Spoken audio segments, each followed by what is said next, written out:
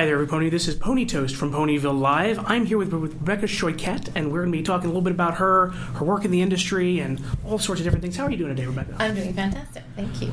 So just a couple things here so that people know who you are. What would people that are in the pony community know you for?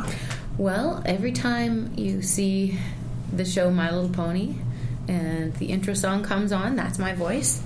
So I do the singing of the intro song, and anything that Twilight Sparkle sings, I do that singing. And I also play Sunset Shimmer in the Equestria Girls movies. And if anybody saw the season 5 premiere this morning, I'm a couple characters on that too. Oh, cool! That's awesome. It's a great episode. First chance to actually be in the episodes as a voice actor, as opposed to just singing. Yeah. So how did you end up getting this gig as Twilight Sparkle's singing voice originally? Well, I have worked with Daniel Ingram for a while, and I had done some demo work for him on things like some shows like Martha Speaks, and I actually did the demo for the actual song Martha Speaks, and helped him out with that, and some other things for Chuck the Truck, I think, is the series. And so I've done some singing for him, just demoing some songs up for networks to hear them vocalized. And I actually had the opportunity to do a bunch of the demos on My Little Pony, and I didn't realize that it was going to go off as big as it did. But when they realized they wanted to cast a local Vancouverite to do the singing, I had done the demo for the theme song, and they said, "Well, who?" Because I'd been cast as another singer on there. I don't know if I'm allowed to say that.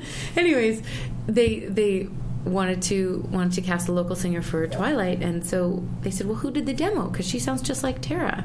And we said, "Well, that's Rebecca Shoichet." So they cast me as Twilight. So I had that opportunity. It's great. And then how did it get into the transition of taking over the voices along with that, or was that all kind of at the same time?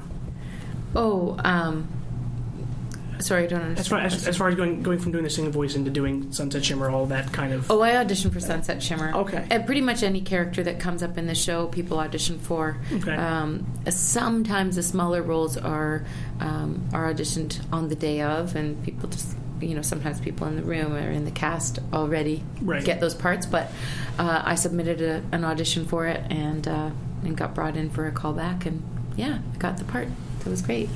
What other kind of work have you done that you particularly enjoyed doing? I know that you do a lot of animes.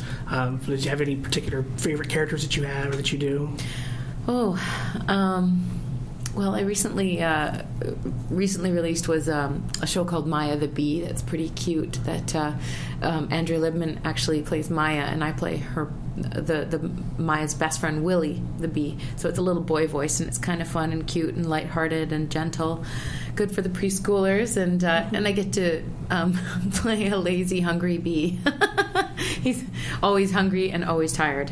So it was kind of a funny little character to play. That was based off. That was an '80s show back in the day. Yeah, it was a show that was done in Europe, maybe even in the it's probably early '80s. Yeah. Wow. And so a French company was reproducing it and mounting it again, and so they had the Canadian cast do for the North American market, and it was. Yeah, done in Vancouver. It's great. Wow. What kind of projects, and not necessarily even in voice acting, I know you can't talk about a lot of those. What kind of other projects do you do that you might want to talk about? Maybe projects outside of your voice acting work that you're involved in? Or? Well, my husband and I have a 10-piece funk band called Soulstream, and we do funk and soul music around Vancouver. And that's awesome. Yeah, so we do everything from Tower of Power to Michael Jackson and Prince and James Brown, all that kind of stuff.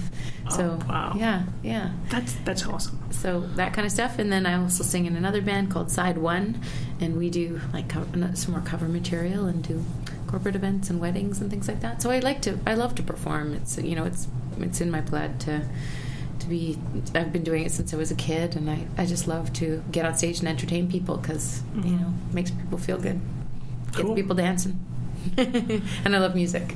So if there was a role that was to come up, like if they were to remake any show or any kind of character, and you had the opportunity to go for really any character, what character would that be? Oh man.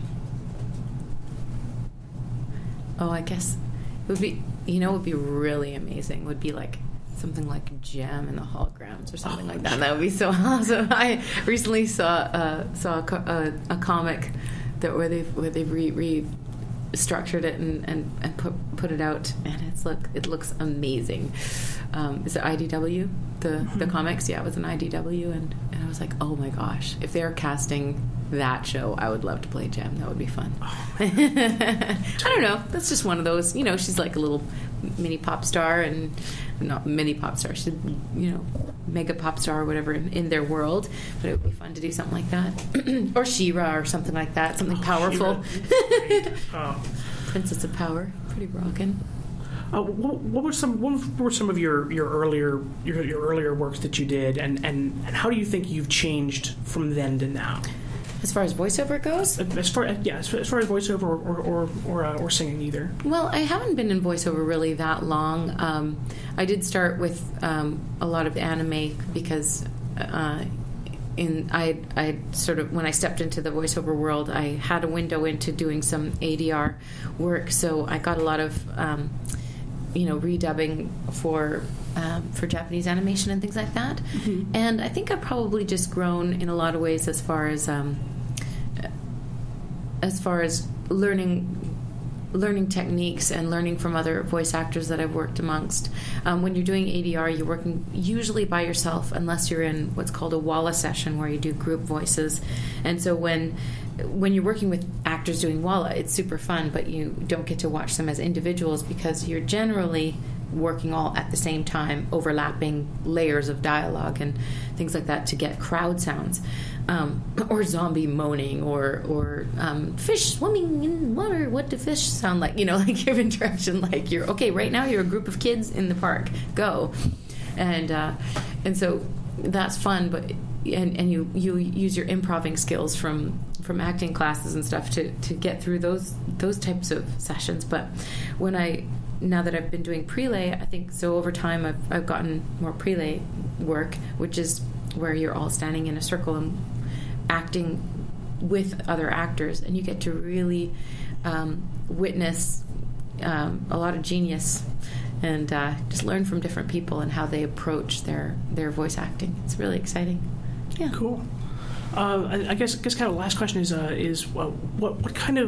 what would you like to be remembered for, as far as whenever you decide to finally retire? What do you want people to remember you most for? When I retire, I think maybe when I die, because I don't think you ever really retire from this business, do you? Some people might retire, but I can't think of any retired voice actors, to be fair. You kind of just keep going until you drop off. I think I'd love to be remembered for just being kind, and I think that's pretty much about it. To be kind, it's the most important thing in this world. Anyways, there you go. Yeah.